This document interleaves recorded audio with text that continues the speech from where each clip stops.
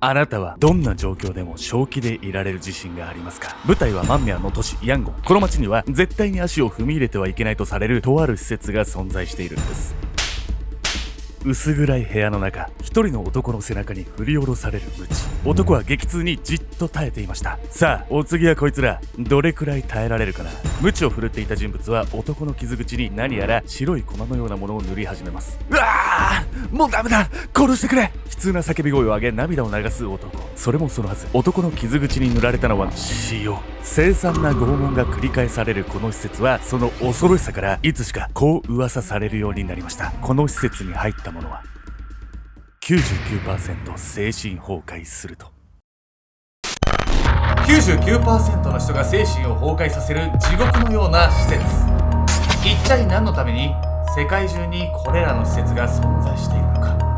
繰り返される残虐な行為の数々は愚かな洗脳の結果だったんです。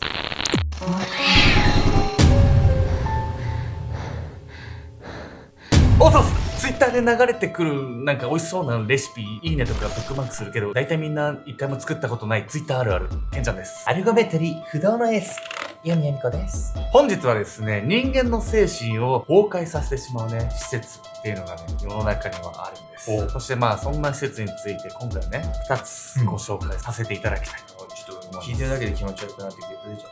僕はですね、この施設の存在というのを知ってですね、人間の精神っていうのはね、こういとも簡単に壊れてしまうものなんだなっていうのを思い知らされたわけなんですけれども、そんなね、こう人間の精神を崩壊させてしまう施設についてなんですけど、最初にご紹介するのはナイジェリアにあるとある学校です。正しい道。一つ目のお話は遡ることおよそ3年前の2019年。舞台はナイジェリア連邦共和国カドゥナ州。ここで15歳を迎えるマイケルという少年が家族と共に暮らしていました。マイケルはもともと家族思いの優しい子だったんです。しかし最近になってある問題を抱えるようになっていきました。マイケル、またそんなものを使って、お願いだからもうドラッグはやめてちょうだい。悲しそうな表情を浮かべながらマイケルが持っていた注射器を取り上げる母親。そう、マイケルは最近になって地元の不良と付き合うようになり、薬物に手を出していたんです。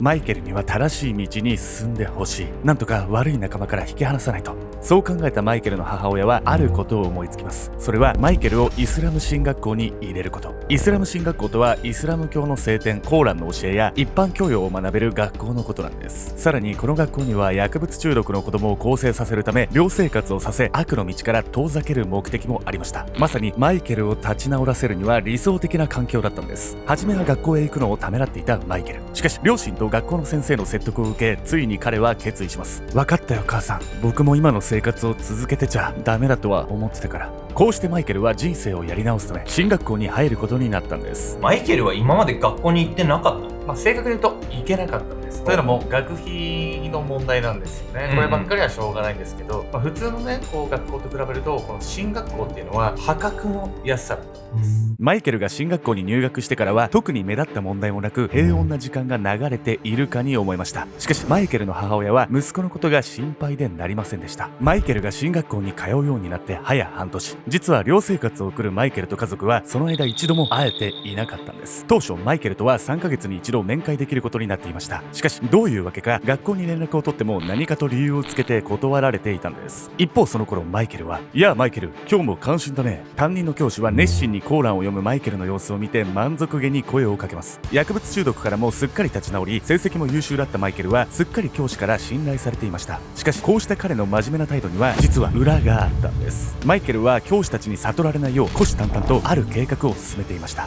まさか何？実はまだ薬物中毒が治ってなくてさ、抜け出そうとか思ってたんじゃないんでしょうね。もっと事態は深刻だったんです。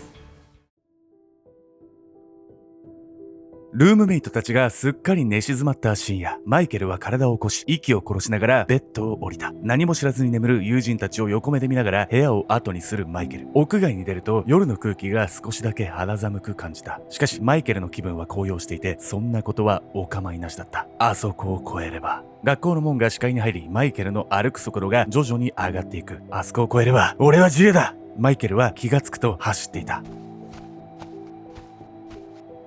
その時突然後頭部に強い痛みを感じ、その場に倒れ込むマイケル。マイケルが意識を失う直前に見た光景、それは手に鈍器を持って笑う教師の姿だった。なんで教師がドンキなんか、止め方があまりにも異常じゃない。そこまでやる必要ある？怖いわよこんなの。何？もう明らかにね、何かがおかしいですよ。マイケルはなぜ脱走しようとしたのか。続いてね、この学校の正体に迫っていきたいと思います。拷問の家。マイケルが脱走を図った日の数日後、近隣の警察署に1件の通報が入りました。近くの施設から夜な夜な子供たちの悲鳴が聞こえるんです。不審に思った警察官はその場所の立ち入り捜査を行うことにします。警察官が向かった先は、そう、マイケルが暮らしている進学校。学校と言っている割に施設の外で子供の姿を見かけることが少なく、以前から警察官もこの学校のことをおかしいと思っていたんです。そして校内の一室に足を踏み入れた警察官の目に飛び込んできたもの、それは天井から吊るされたマイケルだったんです。何？もしかしてさ、教師に気絶させられた後ずっと？そのね、まさかなんですよ。おい、しっかりしろ。意識を取り戻したマイケルは警察官の姿を一目見て安堵したのか静かに涙を流しました。彼は脱走に失敗したあの日から手足を縛られた状態で天井から吊るされ何日も放置されていたんです。空腹と喉の渇き、身動きの取れないストレス、時間の感覚も消え失せ、トイレにも行けず人間としての尊厳すら失ったマイケルは完全に衰弱しきっていました。こんなのまるで拷問じゃないか。マイケルを繋いでいた縄をほどきながらあまりに残酷なその仕打ちに警察官が息を飲んでいると、おい大変だ、早くこっちへ来てくれ。別室を調べていた同僚の警察官が慌てた様子で呼びに来たんです。同僚に促された警察官が別室を見て回ると、そこには驚くべき光景が待ち構えていました。なんとこの学校で暮らす生徒のほとんどが鎖で手足を縛られた状態で暮らしていたんです。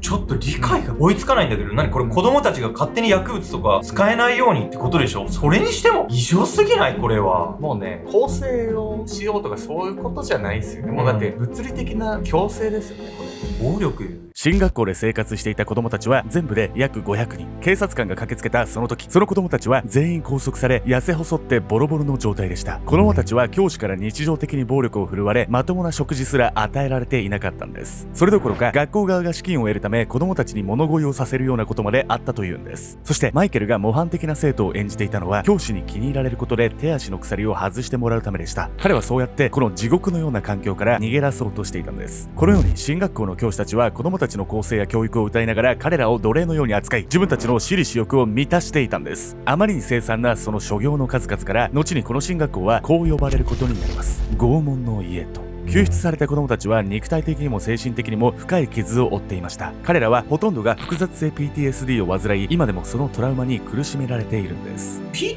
ていうのは聞いたことあるんだけど、複雑性ってどういうことなの？意外と知られていないんですけど、PTSD には単純性、そして複雑性の2つがあるんです。というわけで本日のメトラキーワード、複雑性 PTSD について。PTSD とは過去のトラウマがことあるごとにフラッシュバックし、パニックを引き起こしてしまう精神疾患、不眠やうつなどの症状を伴う場合もあるんです。もともとは戦争から帰ってきた兵士の研究のために生まれた言葉で、兵士たちが患うそれを単純性 PTSD と呼びます。一方で戦争以外の体験で引き起こされる PTSD を複雑性 PTSD と呼ぶんです。複雑性 PTSD の原因となるのは主に家庭内暴力、学校でのいじめや教師による体罰などなど、対人関係に問題を抱えることが多く、単純性 PTSDに比べて社会生活への影響が大きいのも特徴なんです。確かに進学校の仕打ちのせいで人間不信になっちゃってる人もめちゃくちゃいそうよね。学校せっかく終わったのにそうやって苦しんでる子供たちがいるっていうのはやりきれないわ。本当にね、ひどい話だったんですけど、警察にねバレたことでね、その後ねこの拷問の家っていうのはなくなるんです。本当によかった、ですがね、ヤミゴさん、実はね世界にはこの拷問の家をさらに超えてくるね、その施設に足を踏み入れたものの 99% が精神崩壊すると言われている施設があるんです。何やってんの？人類が作った地獄。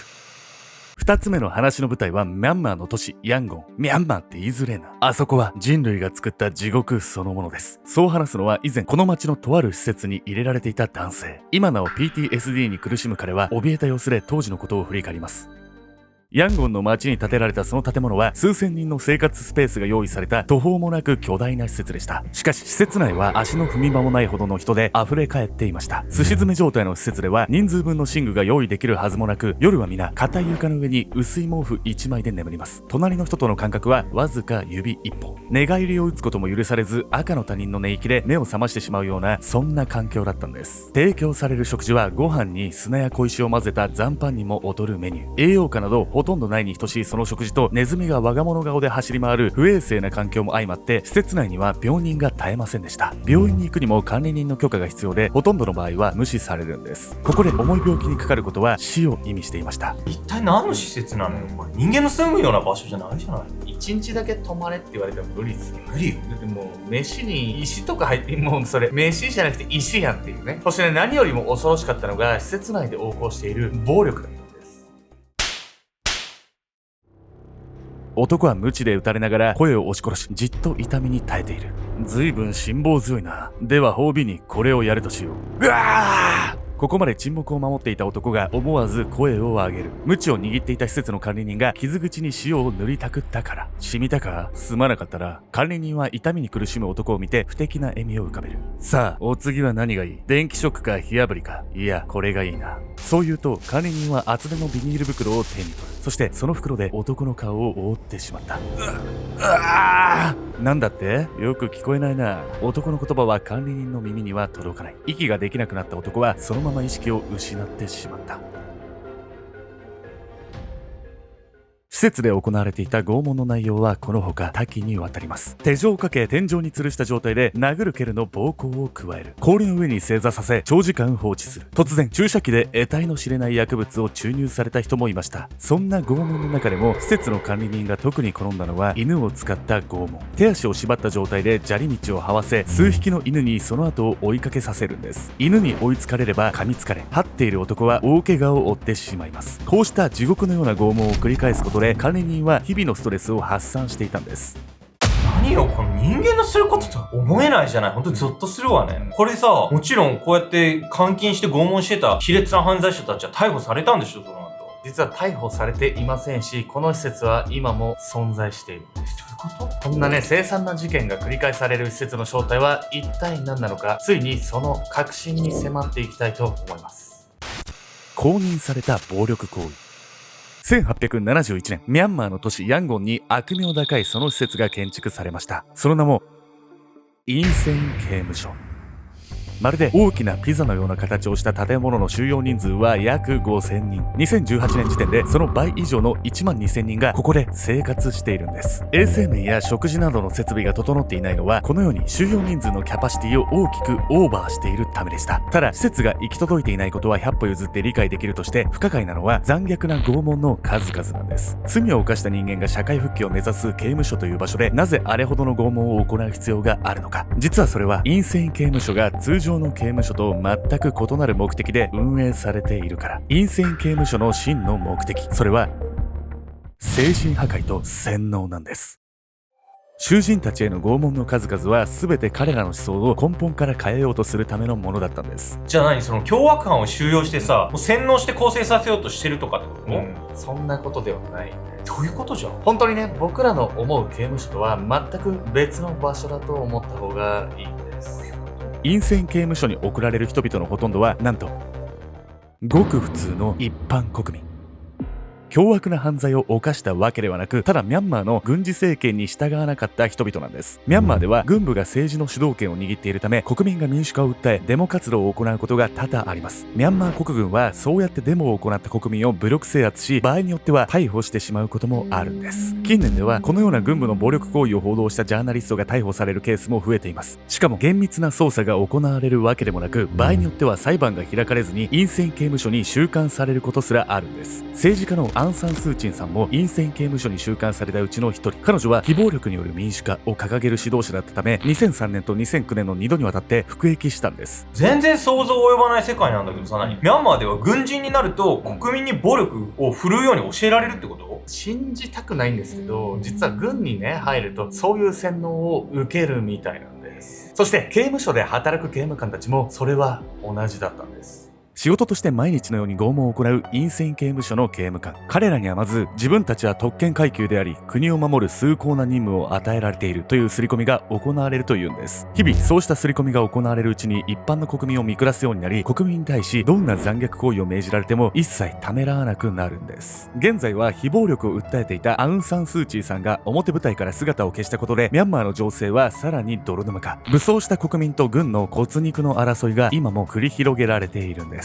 この世界には私たちが想像もできないような凄惨な暴力がまかり通っている場所がまだまだ存在します。ナイジェリアの進学校に通っていた子供たちや、権利を求めただけで捕まってしまったミャンマー国民たち。彼らは生還した後も残りの人生をトラウマを抱えた状態で生きていかなくてはならないんです。いつの日か彼らが過去のトラウマに縛られずに進める日が来ることを願ってやみません。おどす、皆さんね、ちょっと我々ね、あるね、プロジェクトを行っていまして、企ててます。そこでね、ご一緒してくれるね、パティシエさんをね、募集しておりますんで、概要欄固定コメントのね、フォームからね、興味ある人は覗いてみてください。パティシエさん。お願いします。